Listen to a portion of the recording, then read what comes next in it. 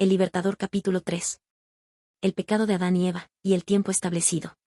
Cuando Adán y Eva oyeron por primera vez la promesa de la venida del Salvador, esperaban que se cumpliese muy pronto.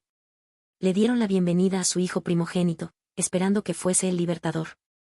Pero los que recibieron primero la promesa murieron sin verla cumplida. La promesa fue repetida por medio de los patriarcas y los profetas, manteniendo viva la esperanza de su llegada. Y sin embargo, no vino. La profecía de Daniel revelaba el tiempo de su advenimiento, pero no todos interpretaban correctamente el mensaje. Transcurrió un siglo tras otro. Naciones ocuparon y oprimieron a Israel, y muchos se inclinaban a exclamar, «Su cumple el tiempo, pero no la visión». Pero como las estrellas que cruzan los cielos en su órbita señalada, los planes de Dios no tienen prisa ni pausa. En el concilio celestial se había determinado la hora en que Cristo debía venir.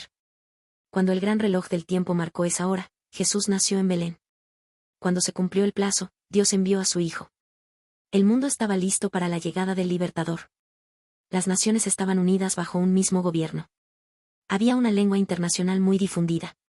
De todos los países, los judíos de la diáspora, dispersos por el mundo, viajaban a Jerusalén para asistir a las fiestas anuales. Al volver a los países en donde vivían, podrían difundir por el mundo la noticia de la llegada del Mesías. Los sistemas paganos estaban perdiendo su poder sobre la gente.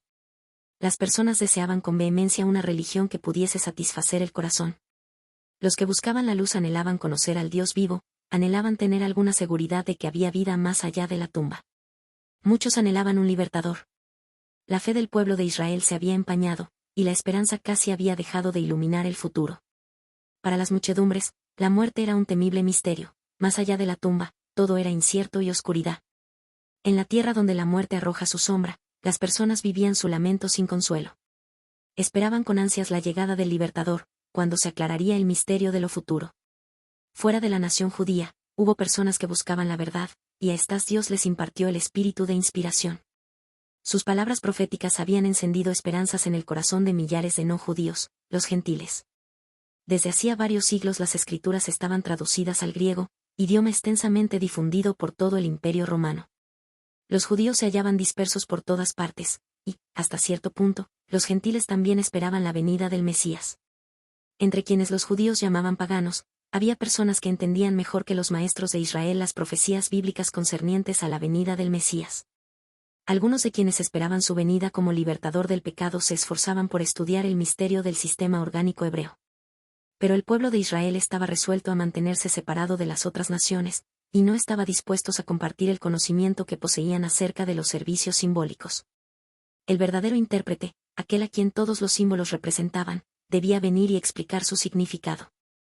Dios debía enseñar a la humanidad en su propio lenguaje. Cristo debía venir para pronunciar palabras que pudieran comprender claramente y separar la verdad de la cizaña que había anulado su poder. Entre los judíos, quedaban creyentes firmes que habían preservado el conocimiento de Dios.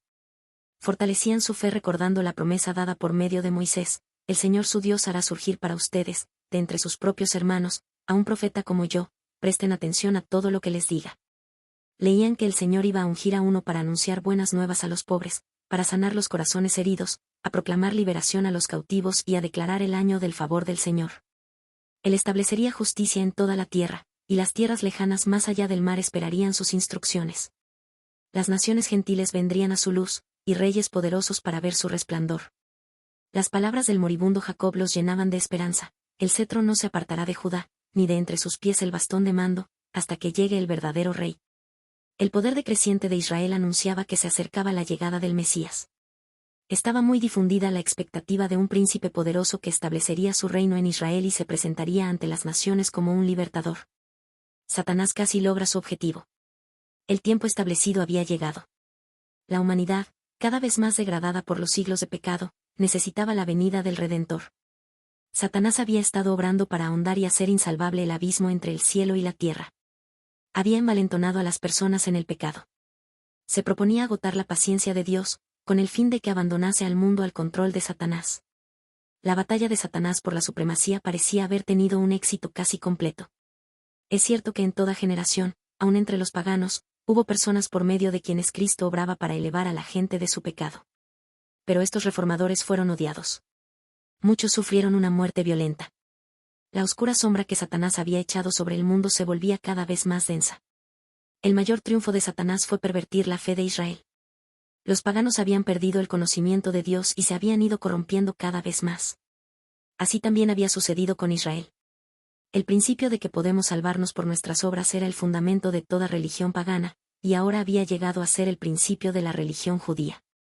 El pueblo de Israel estaba defraudando al mundo al mostrar una falsificación del Evangelio. Se habían negado a entregarse a Dios para la salvación del mundo, y llegaron a ser agentes de Satanás para su destrucción.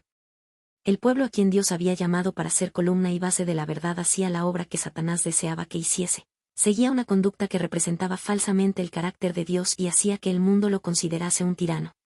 Los sacerdotes que servían en el templo habían perdido de vista el significado del servicio que cumplían. Eran como actores de una obra de teatro. Los ritos que Dios mismo había ordenado pasaron a ser lo que les cegaba la mente y endurecía el corazón. Dios ya no podía hacer cosa alguna por la humanidad por medio de ellos. Dios se compadece del mundo perdido. Habían sido puestos en operación todos los medios para depravar el alma de los hombres. El Hijo de Dios miró al mundo con compasión, y vio cómo los hombres y las mujeres habían llegado a ser víctimas de la crueldad satánica. Aturdidos y engañados, avanzaban en lóbrega procesión hacia la muerte en la cual no hay esperanza de vida, hacia la noche que no ha de tener mañana. Los cuerpos de los seres humanos habían llegado a ser habitación de demonios. Seres sobrenaturales movían los sentidos, los nervios y los órganos de las personas para complacer las más bajas pasiones. La estampa de los demonios estaba grabada en los rostros humanos. ¿Qué espectáculo contempló el Redentor del mundo? El pecado había llegado a ser una ciencia, y el vicio una parte de la religión. La rebelión y la hostilidad contra el cielo eran muy violentas. Los mundos que no habían caído miraban expectantes para ver a Dios acabar con los habitantes de la tierra. Y si Dios hubiese hecho eso, Satanás estaba listo para llevar a cabo su plan de ganarse el apoyo de los seres celestiales. Él había declarado que los principios del gobierno divino hacen imposible el perdón. Si el mundo hubiera sido destruido, habría echado la culpa sobre Dios y extendido su rebelión a los mundos superiores. Pero en vez de destruir al mundo, Dios envió a su Hijo para salvarlo. Proporcionó un modo de rescatarlo. Cuando se cumplió el tiempo establecido, Dios derramó sobre el mundo tal efusión de gracia sanadora, que no se interrumpiría hasta que se cumpliese el plan de salvación. Jesús vino para restaurar en nosotros la imagen de nuestro Hacedor, para expulsar a los demonios que habían dominado la voluntad, para levantarnos del polvo y rehacer el carácter estropeado, para que vuelva a ser a semejanza de su carácter divino.